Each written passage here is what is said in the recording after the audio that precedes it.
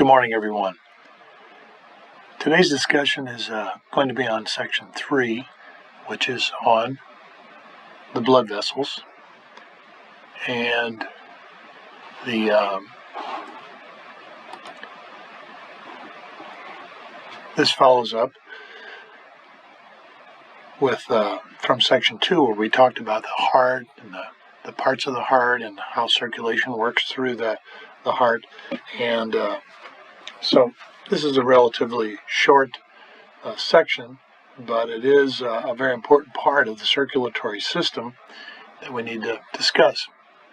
There are 3 basic parts to the circulation vessels, and that is the arteries, the veins, and the capillaries.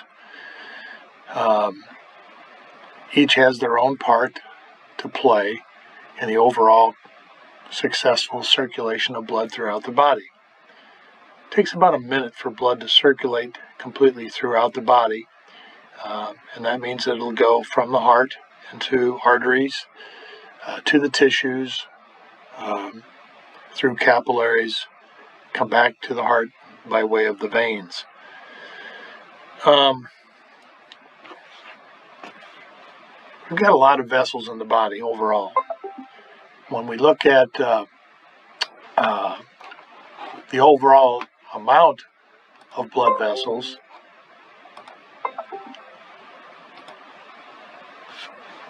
in a human child you have about 60,000 miles of blood vessels, and that jumps to about 100,000 in an adult. So we've got a lot of blood circulating throughout the body. We have about 5 liters of blood in our body, and it's got to go through these vessels. Once again, this is a closed circulatory system, so all the blood is supposed to be contained within a vessel or the heart. So we start out with the arteries, and the arteries are going to take blood away from the heart. And generally speaking, when we talk about arteries, most people think of the artery as carrying bright red oxygenated blood. As we said before, there are some exceptions to that rule. But generally speaking, arteries do take blood away from the heart.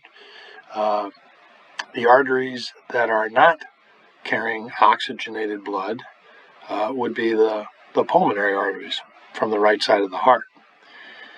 But generally speaking, people normally think correctly that veins are carrying the dark red blood, and the arteries are carrying the bright red blood that carries lots of oxygen.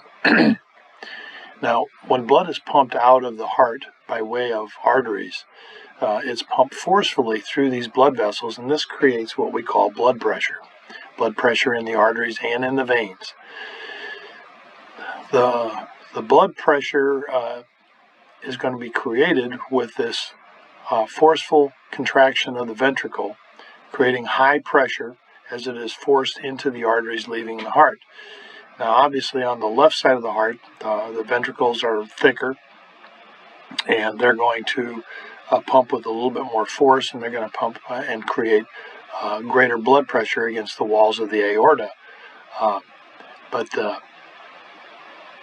having said that, there is high blood pressure coming out from each of the arteries, the pulmonary artery and the aorta, leaving the heart.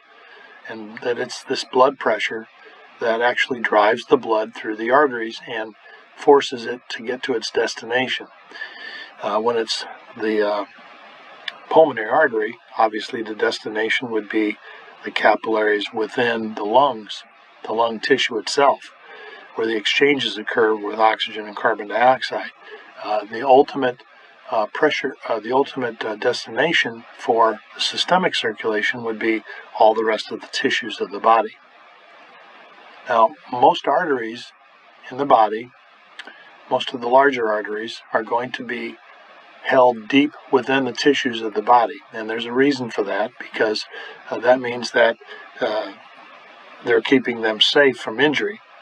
Obviously, if there's higher blood pressure in an artery and you cut an artery, you're going to lose more blood because there's more pressure of the blood pulsating through that artery.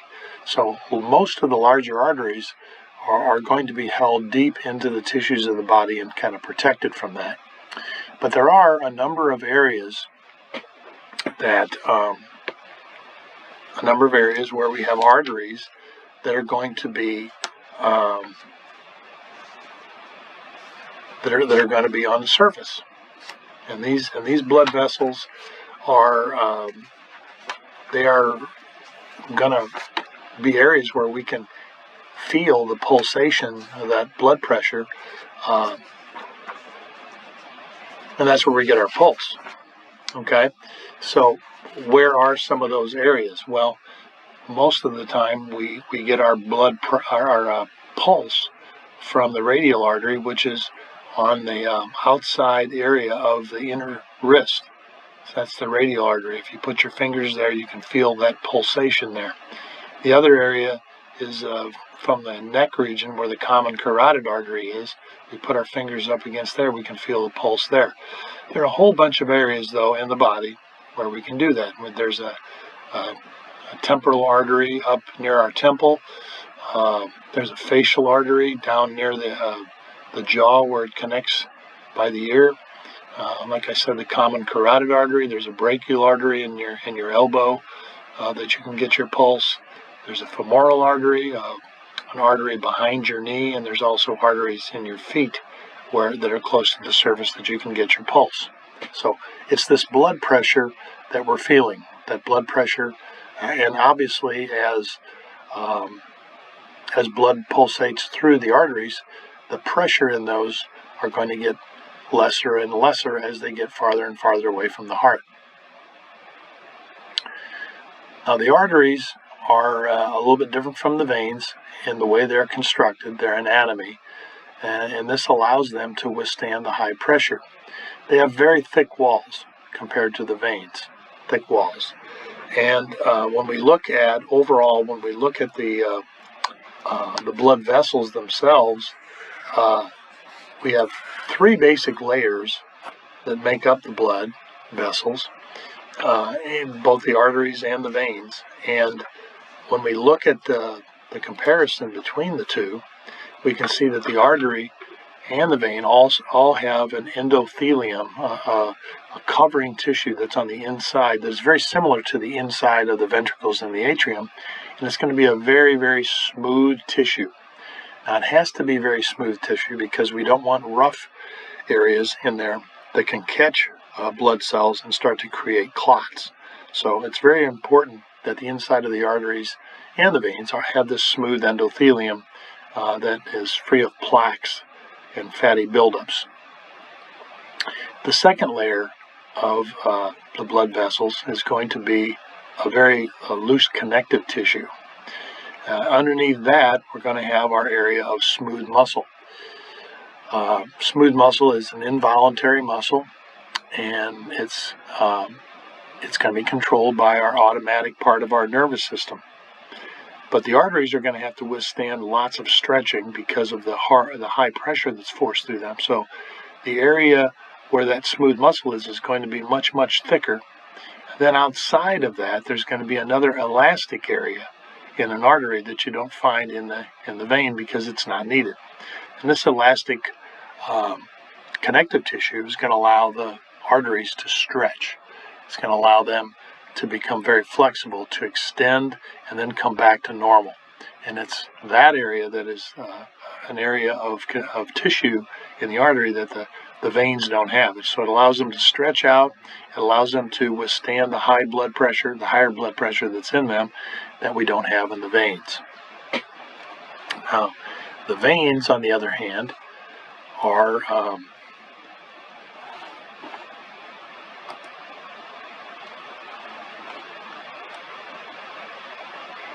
see if I can get this to.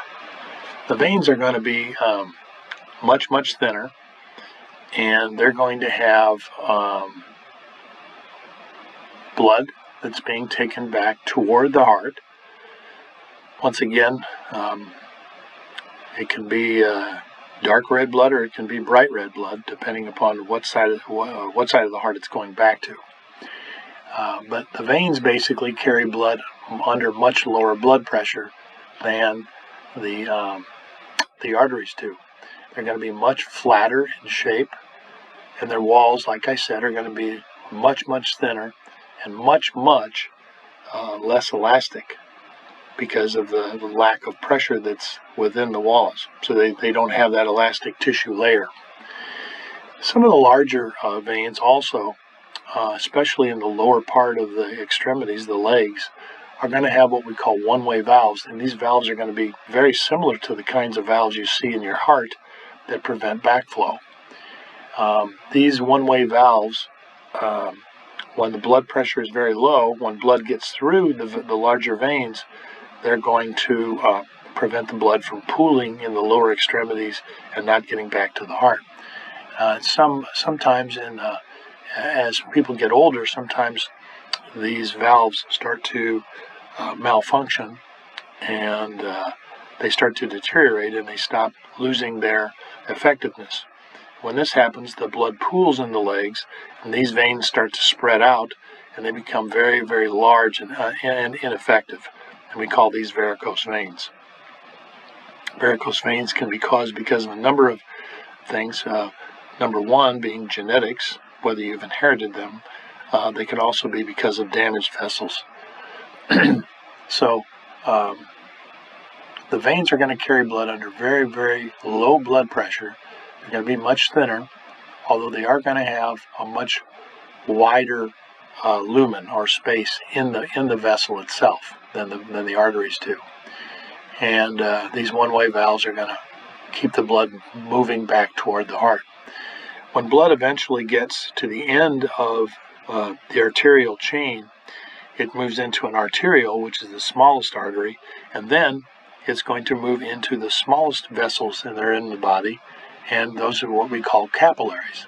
Now, capillaries lie in the tissues themselves, and this is where the exchanges occur between the nutrients and the waste products in the blood system. So these are the smallest vessels in the body. They are basically one cell thickness, a flat epithelial covering cell thick, and they're very leaky. Fluids are going to come and go from the capillaries very freely. And there's a good reason for that, because in order for things to diffuse in and out of these capillaries, they have to be, first of all, dissolved in the water and the tissue fluids, the interstitial fluids of the body. So this leakiness is a very important part. Now, some of that extra fluid that's leaked out of the capillaries at the site of the tissues is going to be recouped by the lymphatic vessels, and then that'll be returning that water to the venous system and ultimately back to the overall blood system. So in the capillaries, this is where the pickup and the delivery that we talked about in section 1, this is where that occurs. And generally, overall, it, for the most part, occurs because of the simple diffusion, movement of particles through a semi-permeable membrane from a region of high concentration to a region of low. So we have vessels that take blood away from the heart that are called arteries. We have vessels that take blood back to the heart, which are called veins. And we have the vessels that are the smallest in the body, where the exchanges of nutrients and waste products occur within the tissues. And that basically is section 3 on blood vessels. Thanks.